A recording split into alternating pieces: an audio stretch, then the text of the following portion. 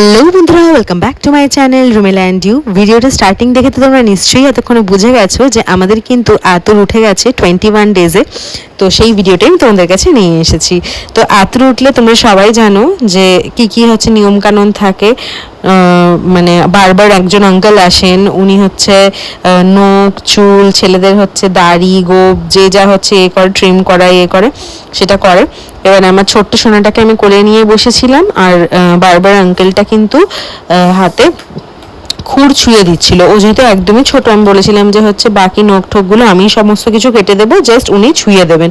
তো আমাদের সবাইকে উনি তাই করে দিয়েছিলেন, আর ছেলেদেরকে দাড়ি গোপ ঠোপ এগুলো হচ্ছে কেটে দিয়েছিলেন। তো ওনাকে তো ভুজি অলরেডি দেওয়া হয়েছিল, কারণ হচ্ছে আমাদের মানে আমি, সুরজিৎ, ম্যাও আর আমাদের লিচি, আমাদের এই কজনকে বাদ দিয়ে বাকি বাড়ির যত ফ্যামিলি মেম্বাররা আছে সবাই কিন্তু 13 to 15 ডেজেই ওরা কিন্তু হচ্ছে এই জিনিসগুলো করে নিয়েছিল, মানে আতরের কাজ ওরা তুলে নিয়েছিল। তো আমরা এই চারজন আমরা 21 ডেজ পর্যন্ত ছিলাম। এমনি আমি কিন্তু ছোটবেলার থেকে জেনে এসেছি মেয়েদের মানে 1 মান্থ আর ছেলেদের 21 ডেজ এটা থাকে আতর ওঠার পিরিয়ড। বাট মিদনাপুর চত্বরে সবাই মেয়ে হোক বা ছেলে হোক 21 ডেজেই আতর তোলে। তো সেই জিনিসগুলো করার পরে যে ভুজিগুলো হচ্ছে দেওয়া হয়েছে, তার সাথে কিন্তু আঙ্কেল একটু হচ্ছে আবদার করেছিল আমাদের কাছে যেন আঙ্কেলকে একটা টি শার্ট দেওয়া হয়। তো টি শার্ট পেয়ে আঙ্কেল কিন্তু ভীষণ খুশি হয়েছিল।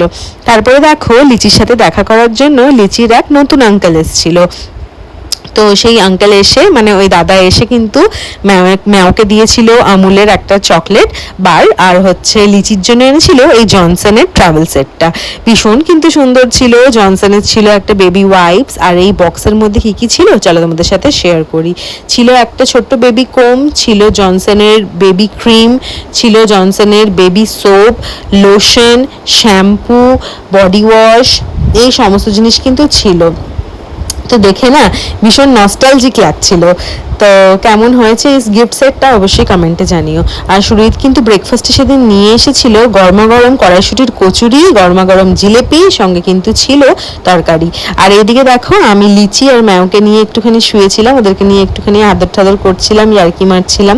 আর ম্যাও তো ওর বনু হওয়ার পর থেকে বনুকে চোখের আড়াল করতেই চাইছে না।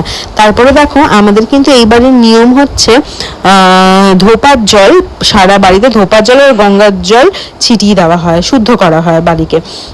তো সেটা করা হলো। তারপরে কিন্তু গঙ্গা পুজো বলে একটা পুজো হয়, যেটা আমাদের আতুর ওঠার দিনেই করা হয়। তো তার জন্য কিন্তু একটা মাটি দিয়ে নিজের মতন করে একটা ঠাকুর, মানে আমি যে ঠাকুরকে মানে স্মরণ করছি গঙ্গা দেবী, ওনাকে কিন্তু হচ্ছে এরকম মাটি দিয়ে একটা আকার দেওয়া হয় এরকম। তারপরে কলা পাতার মধ্যে কলা, তারপরে একটা পান পাতার উপরে সুপারি এইসব রেখে দুব্বো টুব্বো দিয়ে একটু জল মিষ্টি দিয়ে ঠাকুরকে কিন্তু পুজো করা হয়। আমাদের কাছাকাছি যেহেতু গঙ্গা নেই, আর সামনাসামনি পুকুরও বলতে গেলে একটু দূরেই আছে, তার জন্য কিন্তু বাড়ির এক কোণেই, ঈশান কোণেই কিন্তু এইভাবে হচ্ছে করে পুজো দেওয়া হয়। মা গঙ্গাকে স্মরণ করা হয়, ওনাকে প্রণাম করা হয় যে আমার সন্তানকে ভালো রেখো, সুস্থ রেখো। আমি কিন্তু লিচিকে কোলে নিয়ে এই সমস্ত নিয়ম আচারগুলো পালন করছিলাম। এটা কিন্তু মাকেই করতে হয়।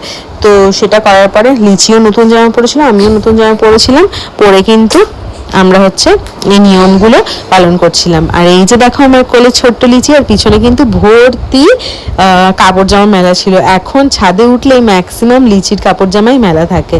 তো এদিকে মাও কিন্তু শঙ্খ বাজাচ্ছিল। আর হচ্ছে তোমাদেরকে লিচিকে আরেকবার দেখালাম, দেখো কিভাবে শুয়ে আছে। উপর থেকে নিচে নামার পরে ম্যাও বলল যে মাম আমাকে একটুখানি দাও না বুনিকে কোলে। তো ম্যাও কিছুক্ষণ নিয়ে বসছিল।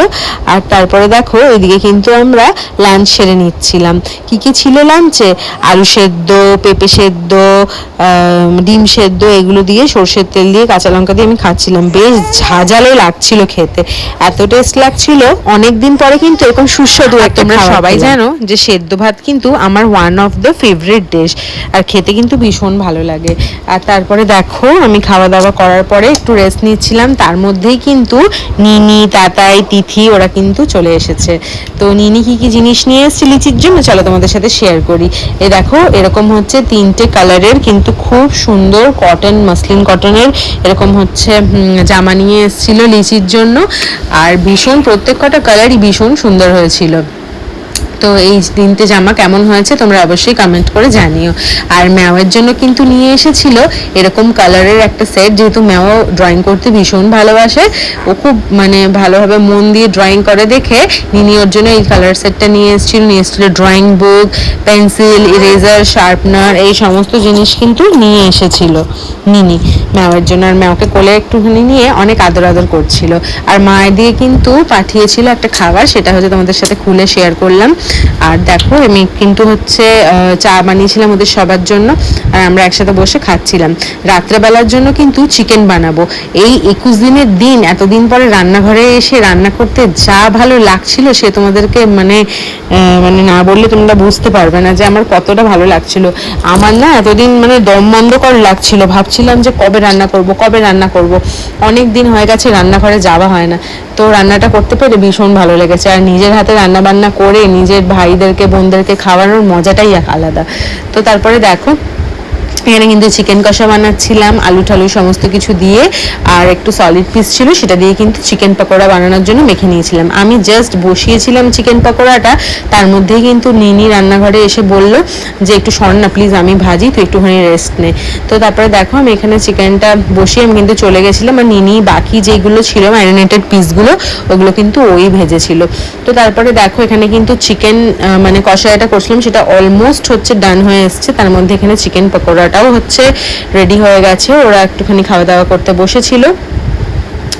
এবারে হচ্ছে এইদিকে রাত্রের ইয়েটা তোমাদের সাথে শেয়ার করি। রাত্রে হয়েছিল লুচি আর এই যে চিকেন কষা বানালাম সেটা। আর এই দেখো মা এদিকে হচ্ছে বেলে বেলে দিচ্ছে আর আমি ভাজছিলাম লুচিগুলো।